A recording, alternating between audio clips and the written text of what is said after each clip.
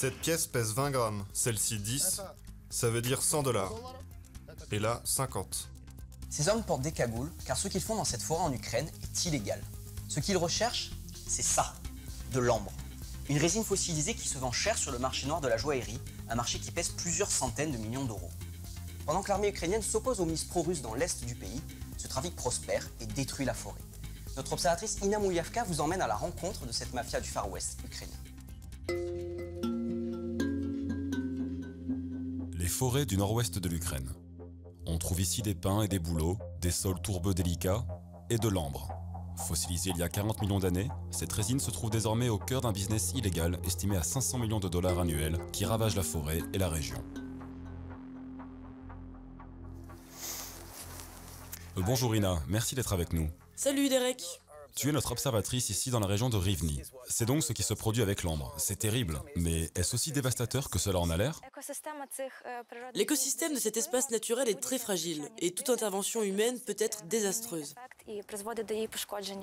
Et qu'en est-il des effets sur les gens? Eh bien, c'est peut-être un aspect moins visible, mais ils sont tout aussi touchés que cette clairière. Ina nous fait rencontrer des scientifiques de la réserve naturelle de Rivne. La forêt de pins repose sur une base délicate, composée de sable et de tourbe. Dis-moi, Rostislav, quels sont les effets de l'extraction minière effectuée loin là-bas sur l'environnement ici, où nous sommes? La forêt dans cette partie du pays se trouve dans des zones humides. Ici, il y a beaucoup d'eau concentrée dans des marais ouverts et la nappe phréatique est contaminée par l'extraction de l'ambre. L'écosystème des marais est fragile, il peut être facilement abîmé, mais quand il a été perturbé, il est très complexe de le restaurer. Les habitants de la région savent-ils à quel point l'écosystème est fragile et quels effets cela peut avoir? Beaucoup de gens ici ne sont pas au courant, ils n'ont pas envie d'être informés. Parce que tout ce qui les intéresse, c'est d'avoir des biens matériels tout de suite. Et l'extraction minière de l'ambre est un moyen d'obtenir une maison, une voiture, etc. C'est difficile d'expliquer à ces gens l'importance des marais.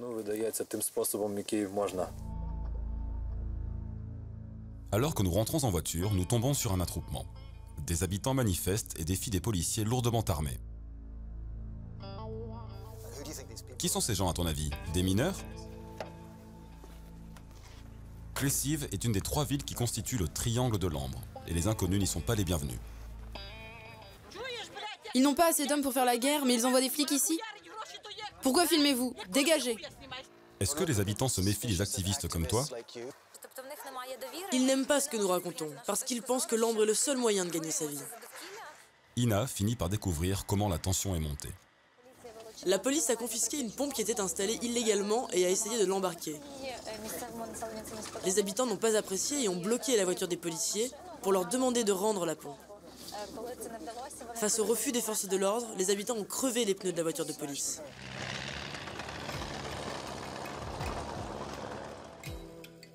Voici ce qui alimente l'explosion du business de l'ambre. L'ambre d'Ukraine atteint des prix élevés sur le marché des bijoux. L'ambre d'Ukraine provient du sol, loin de la mer. Cette résine fossilisée est de bonne qualité et possède une variété unique de couleurs. C'est comme cela que nous pouvons faire ces images, à partir de poussière d'ambre. Il existe 80 couleurs d'ambre. L'ambre de la meilleure qualité peut valoir jusqu'à 5 000 $ le kilo. C'est l'équivalent de 2 ans de salaire pour l'Ukrainien moyen. C'est une fortune dans une région où le sol est pauvre et où la petite industrie locale souffre comme le reste de l'économie. Et à cause de la guerre engagée contre les séparatistes pro-russes dans l'est du pays depuis 3 ans, les emplois lucratifs se sont également raréfiés. Mais dans le triangle de l'ambre, les maisons poussent comme des champignons, partout. Nos observateurs, Ina et Dimitrio, nous expliquent pourquoi. Pourquoi construit-on toutes ces maisons? D'où vient tout cet argent? L'ambre. L'ambre? Pourquoi l'ambre? Je ne vois pas d'autre explication pour la construction de toutes ces maisons, et elles coûtent cher. Il n'y a pas de nouvelle usine dans la région, et je ne vois pas comment ils pourraient faire de l'argent autrement. Il y a énormément de maisons en construction ici. Est-ce que vous pensez que c'est la même chose dans d'autres villages de la région?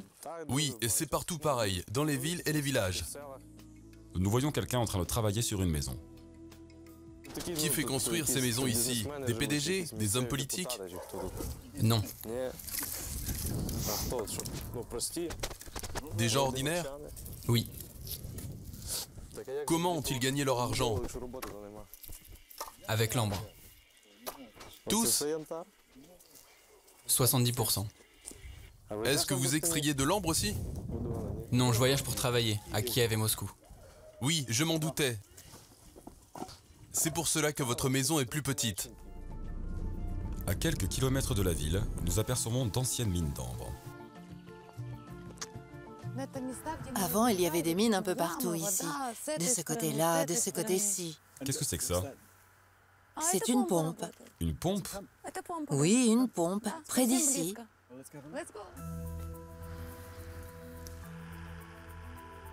Les mineurs nous disent d'abord de partir, mais nous laissent finalement filmer, à condition de ne pas révéler où ils travaillent.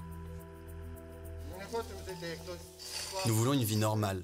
Nous voulons manger de manière décente, bien élever nos enfants, avoir des voitures.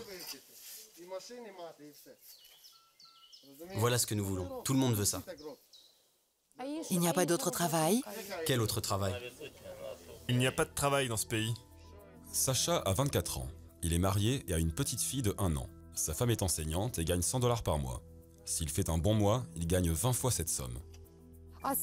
Vous devez payer quelqu'un pour travailler ici? Avant, on payait. On payait 900 $ par jour, parfois 1200. On payait un prix forfaitaire à un parrain local. Maintenant, nous ne voulons plus payer, et si la police débarque, ils nous prendront tout.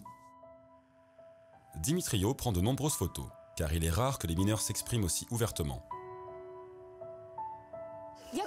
Comment fonctionne la pompe? La pompe est là-bas. C'est un vieux moteur Mercedes.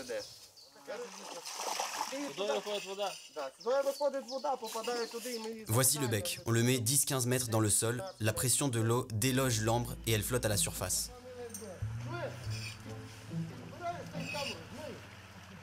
Quelques minutes plus tard,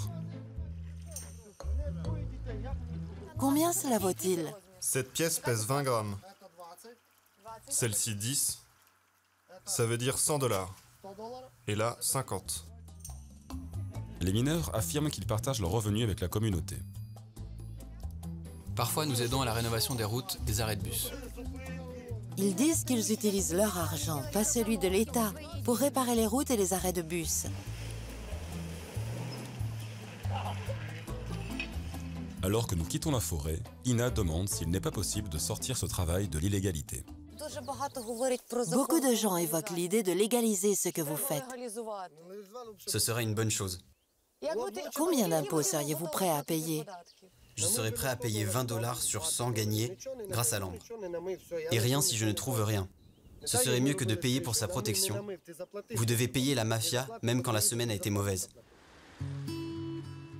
Le lendemain, Dimitrio nous retrouve dans un restaurant local. Il travaille pour une ONG qui enquête sur la corruption dans la région de Rivne. Il surveille de près l'extraction minière de l'ambre et les affrontements avec la police.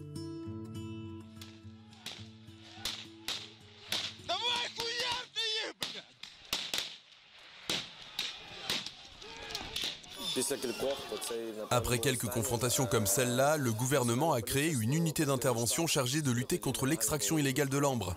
Elle comptait plus de 100 agents l'an dernier. L'unité d'intervention a frappé fort et mis un terme à l'extraction minière pendant 6 mois. Mais elle a fini par partir et le travail a repris moins d'une semaine après. Dimitrio était là pour tout filmer. Il y avait sans doute 400 à 500 mineurs. Combien de pompes? Environ 50. Est-ce que la police a fait quelque chose pour les arrêter? Après avoir filmé cette vidéo, nous avons appelé la police. Peut-être qu'ils n'avaient pas assez d'hommes pour faire cesser une opération de cette ampleur, mais ils n'ont rien fait pour l'arrêter. Les mineurs nous ont dit qu'ils payaient 400-500 $ par jour pour leur protection. Qui payait-il? La mafia? Ce n'est pas évident de savoir qui il paie. L'argent va peut-être dans les poches de représentants du crime organisé ou dans celles de personnes liées à la police locale. C'est difficile à dire.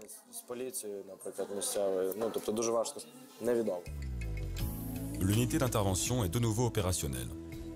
L'amende maximale pour extraction illégale étant de moins de 500 $, leur arme la plus efficace contre les mineurs est la confiscation de leurs pompes, qui peuvent coûter 5000 $.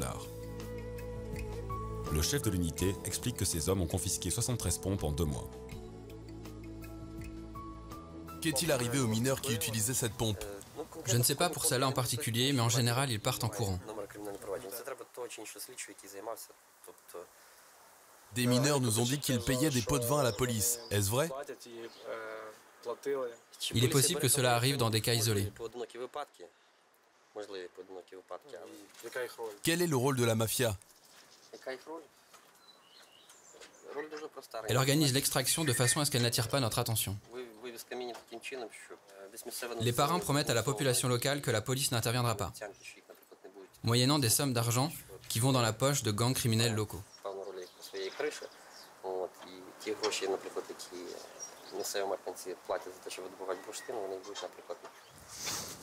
On dirait qu'ils minimisent l'impact de l'extraction minière. Oui, ils le minimisent. L'extraction de l'ambre génère d'autres crimes. L'ambre, c'est comme la drogue, c'est une substance illégale.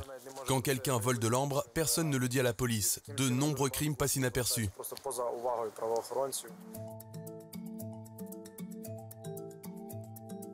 De retour à Clessif, les choses se sont calmées. La vie a repris son cours et les mineurs vont au supermarché avec leur tenue de camouflage et leur masque. Une femme s'approche de nous et insiste pour nous emmener à la décharge locale. Cette ville va mal car le gouvernement n'a pas fait son travail. Nous dépassons le croisement où s'est déroulée la confrontation. J'étais là. J'ai demandé à la police de ne pas utiliser les armes pour qu'il n'y ait pas de confrontation armée. Les gens sont en colère. Tout le monde doit survivre. Personne ne peut vivre avec une pension de 1200 hryvnia. Les mineurs d'ambre, ils aident les gens. Ils aident tout le monde. Larissa affirme que le gouvernement ne fait rien pour aider le village avec ses déchets ou ses autres besoins. Un des mineurs se joint à nous. Nous faisons ce que nous pouvons pour survivre. Nous le faisons avec nos propres mains. Nous participons à l'effort de guerre. Nous aidons les enfants, tous ceux qui ont besoin d'aide. Nous leur donnons ce dont ils ont besoin. Ils donnent de l'argent à des hôpitaux et des écoles. Ils effectuent des réparations et soutiennent les écoles primaires. Tout cela, c'est grâce à eux. Membre du conseil du village, Larissa ne se soucie guère de la provenance des bénéfices, pourtant réalisés à partir d'une activité illégale. Cette aire de jeu a été construite par des mineurs d'ambre, à leurs frais. Il n'y avait que des arbres ici. Ils ont tout nettoyé. Les mineurs, sont-ils des bandits ou des héros? Ce sont des héros. Ce sont des héros. Mais ce qu'ils font est illégal. Tant que le Parlement ne légalisera pas l'extraction de l'ambre, les gars devront cacher leur visage. Ils n'ont pas le choix. Lorsqu'ils financent la construction d'une aire de jeu et paient pour améliorer le village, vous ne pouvez pas parler de criminalité. C'est pour le bien de la communauté. Pour moi, ce sont des héros. Héros aux yeux des leurs, voyous pour d'autres. Les mineurs d'ambre de Clessif ne sont pas prêts de bouger pour le moment. Et tant qu'ils poursuivront leur activité, c'est la forêt qui souffrira.